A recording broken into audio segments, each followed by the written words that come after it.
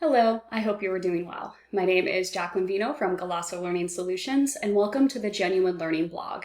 Today we are going to discuss two very interesting hot topics, which are the two exposure drafts that were issued by the AICPA and NASBA. The first one we're going to talk about is the CPA Competency-Based Experience Pathway, and the second exposure draft that we're going to review together today is the proposed changes to the Uniform Accountancy Act. Now, if you are somebody who has been following the AICPA's National Pipeline Advisory Group, or NPAG for short, this definitely isn't something that is a huge surprise, right? Something we've been kind of anticipating now for quite some time. Based on some of the research that the NPAG has conducted, they basically concluded that the cost and the time required to earn a master's degree needed to get a CPA license was actually a pretty big issue that was impacting the pipeline. It was also a pretty big deterrent for accounting majors who were trying to decide whether or not to pursue a CPA license. So this new competency-based pathway is one of those proposed solutions to the problem. So we have a lot to cover during this blog. So with that being said, let's go ahead and get started.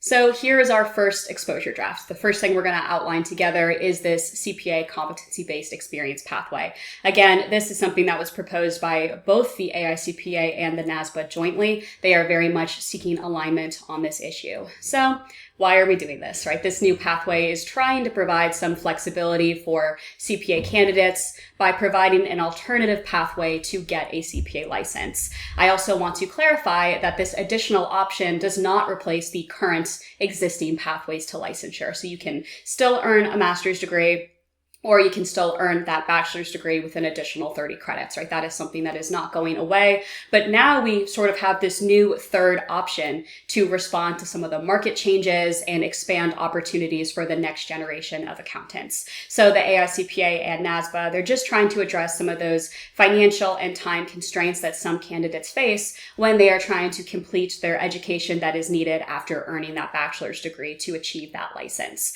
So what we are going to do together is walk through what this new pathway entails, what does the requirements look like there. And although this is a more flexible option that is being proposed, it has definitely been met with some controversy. So when we're outlining what some of those requirements are, we're also going to talk about what some of the criticism is on this proposal. So if a CPA candidate chooses to pursue this proposed competency-based pathway, what would that actually look like for that candidate? So the first requirement that they have is they still have to complete a bachelor's degree at a college or university. So that is not changing. That is going to be pretty consistent across the board. Additionally, they need to complete 1 year of professional general experience. That is also pretty much the same, right? That's not something that's changing. They also still need to pass the CPA exams, also something that is not changing, right? That CPA exam is not going anywhere anytime soon. And then the fourth requirement that they need is exhibiting competency in specific professional and technical areas. So there's two categories of competency that they have to be able to demonstrate, right? First the professional, then the technical. And this is basically where there is some controversy, right? People have some concerns that trying to certify this competency for their employee is going to be cumbersome, that it might be subjective, that it's going to put an additional burden on the employer. There's also some concerns over the risk that people are just going to simply check the box and move on and not really read into what this is.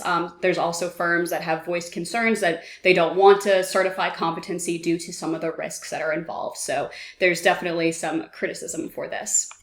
And as I mentioned, there are two areas that competency is going to have to be demonstrated in. The first one is technical competency. So the candidate needs to be able to demonstrate competency in, audit, assurance, tax, and financial reporting. So whatever their chosen area is, they have to have competency in that area, and also professional competencies. So this would include ethical behavior, critical thinking, effective communication.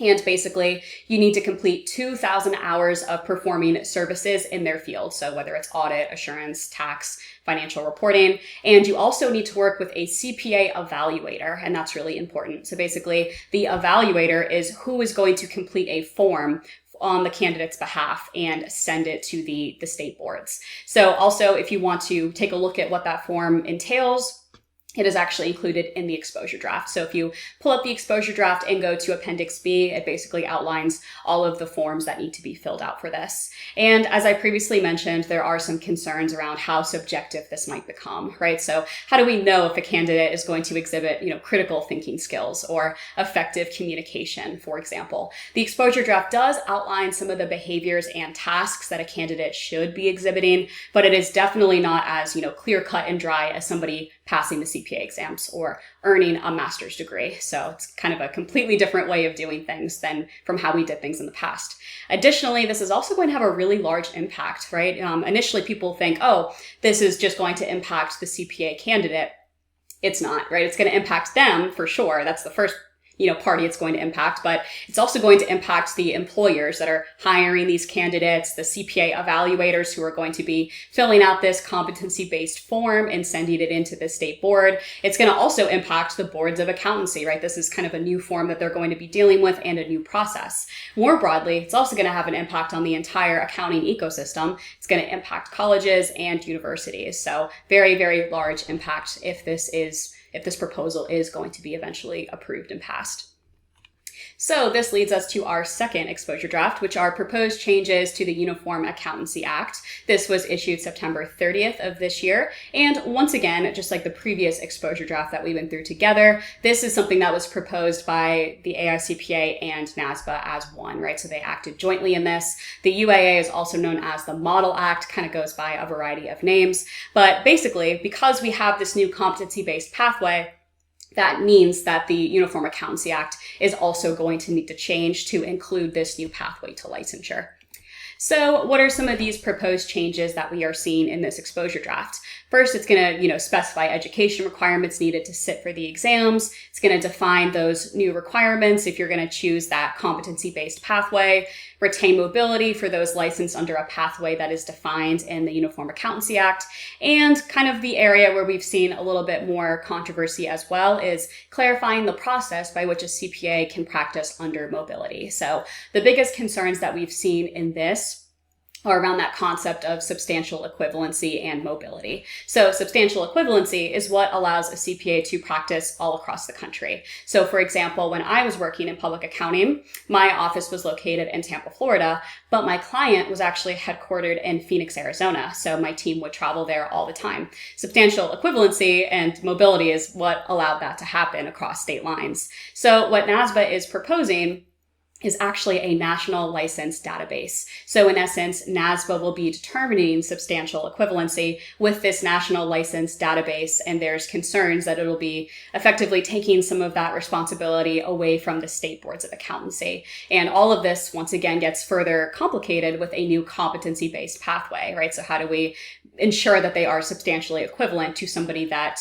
earned a master's degree? So there's definitely some concerns in this area as well.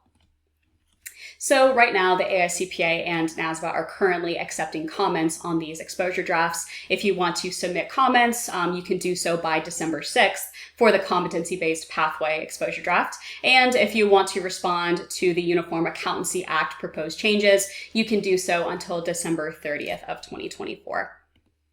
And we also have links to the exposure drafts as well. So if you want to actually read them yourself, if you're going to be a CPA evaluator and you want to look at Appendix B and see what that form actually looks like, you can click on one of these links here and actually go and check those out yourself. I would definitely encourage reading the entire exposure drafts just because there is a lot of really interesting information in there and they are currently accepting comments, so why not? And that concludes our blog for today. Thank you so much for tuning in. As you can see, lots of very interesting hot topics right now. But once again, my name is Jacqueline Vino from Galasso Learning Solutions. Thank you so much for tuning in, and I hope to see you on a future blog.